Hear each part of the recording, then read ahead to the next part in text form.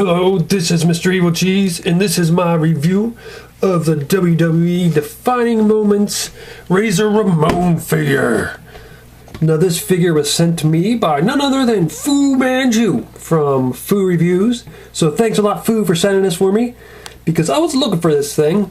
I was looking for them on Toys R Us online, and it was just pre-order. Then I was looking on Amazon, and they were charging too much. And I didn't want to go in Walmart, because that's where he found his, but I didn't want to go in there. So he said one day, hey, I'm sending you one. And I'm like, awesome, thanks. He sent me so much stuff, man, so much awesome stuff. And this is another one. I've still yet to see it in person in the stores anywhere. So this is the only one I've seen in person, the one that he sent me. So it's really awesome that he sent it. Thanks again, Fu. And I think this is actually his that he sent, if I remember correctly. So he sent me his. But yeah, I really do like Razor Ramon. He was really cool back in the day. Scott Hall was alright, like when he went to WCW and joined the NWO. That was okay, but I really liked Razor Ramon better. I like that character. And they called him the bad guy, which is, I remember, confused a lot of little kids, because originally he was like a heel, like a bad guy on wrestling, and then he turned good, but they still call him the bad guy. And then little kids were like, but he's a bad guy. And I actually knew a little kid who was really confused by that. Like, no, he's not a bad guy like he's bad. He's bad like he's bad. Damn it. Don't you understand English?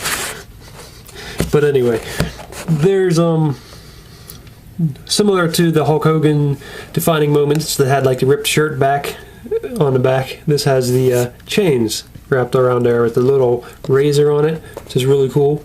And you can see him through the back there and see his little Razor Ramon design on his vest and his little razors all over his butt, because he likes to cut his butt, apparently. And yeah, there's the picture on the side. And, well, it's time to open this thing up. Oh, and as you can see, the chains are also printed on the back there. That's cool. Okay, so there he is, and I think he looks awesome. I really like the outfit they picked, because I do usually think of him in this purple outfit more often than the others. His color changes a lot, like lots of the wrestlers, but the purple one just stands out to me for some reason. And I do like that they painted on this ridiculous amount of hair, because he was very hairy. And they got it painted on his chest pretty well. It doesn't look too bad.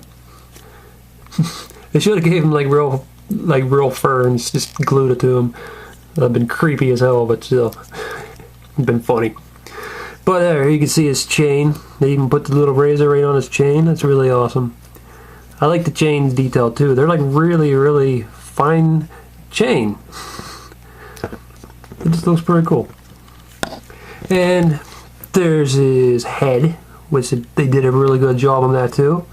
They got like his 5 o'clock shadow on there. They seem to have 24/7. And he's got his little hair swirly thing coming down, which he always had to. And then he's got sort of like his curly mullet. That just looks like it's covered in... He just looked like he was freaking covered in grease and slime all the time. That's what my wife said when she seen him. She's like, that guy just looks like he's dirty and slimy. I'm like, no, that's all of his machismo.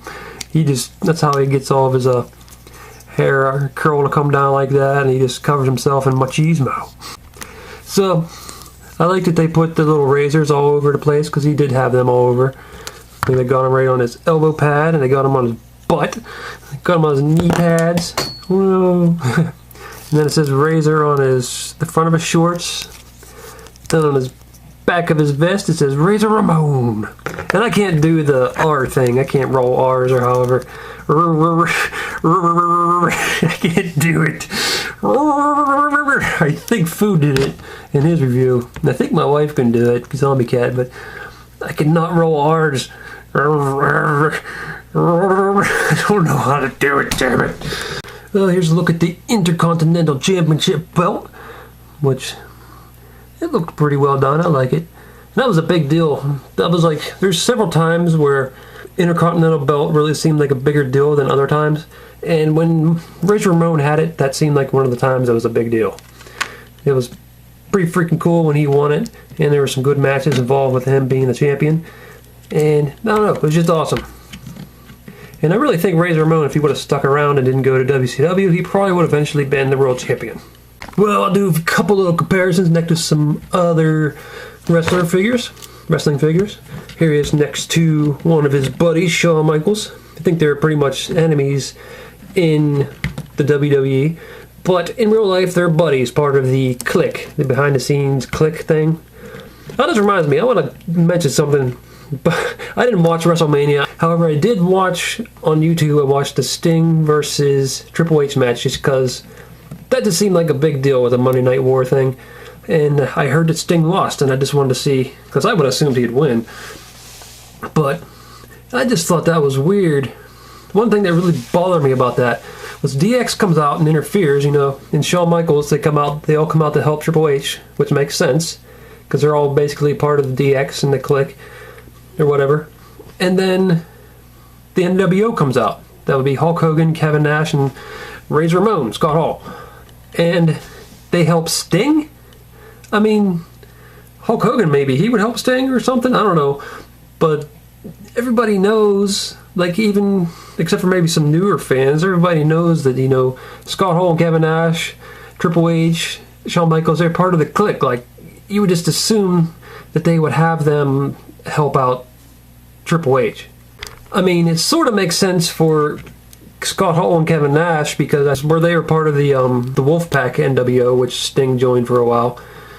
But still, I think, I don't know, it just bothered me. I really think when Scott Hall and Kevin Nash came out, they should have helped out Triple H.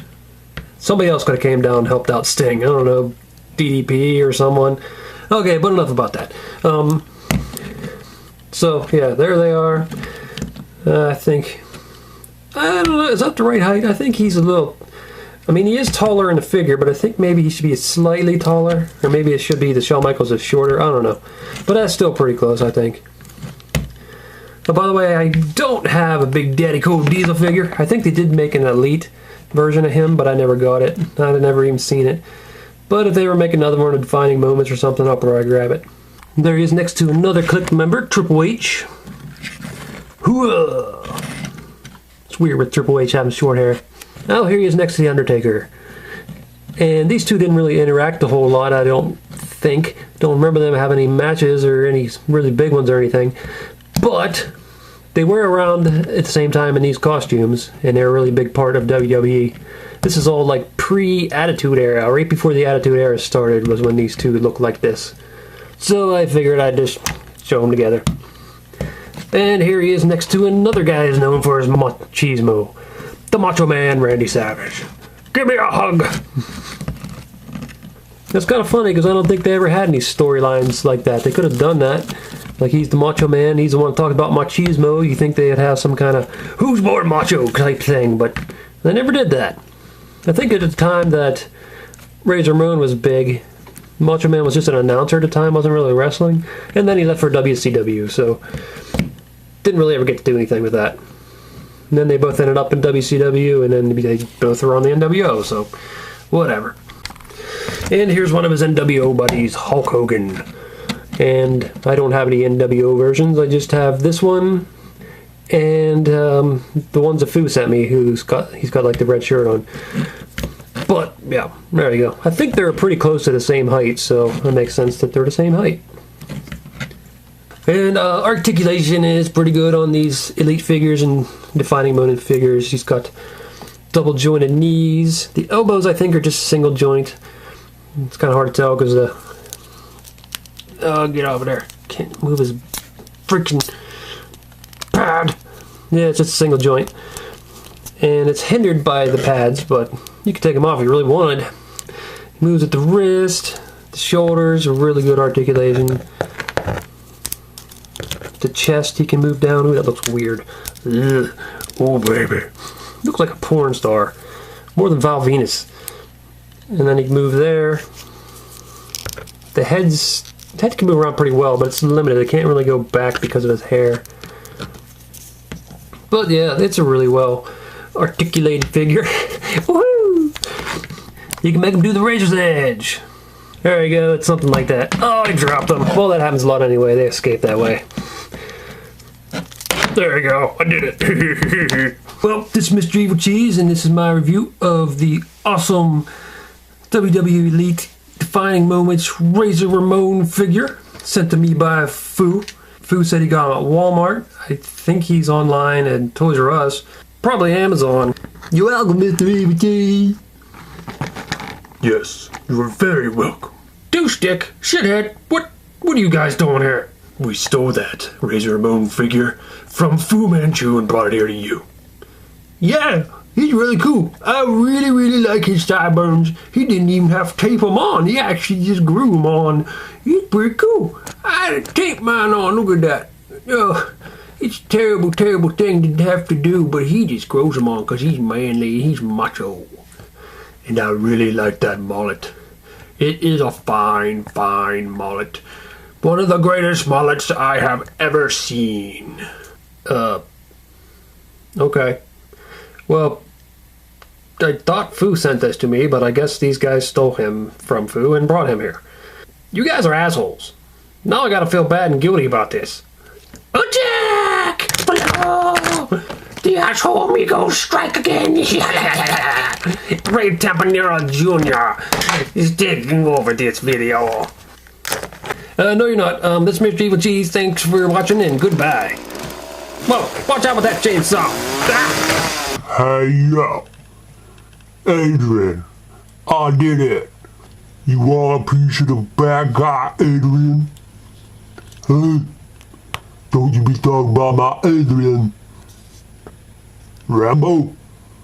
Yeah, it's me, Rambo. I don't think Adrian's a girl. Rambo. But not this bad guy. Why are you talking like that? Oh, damn it, man. You see them other pictures there? Why don't you click on one of them to see the video? Or you could subscribe, Nate. Oh.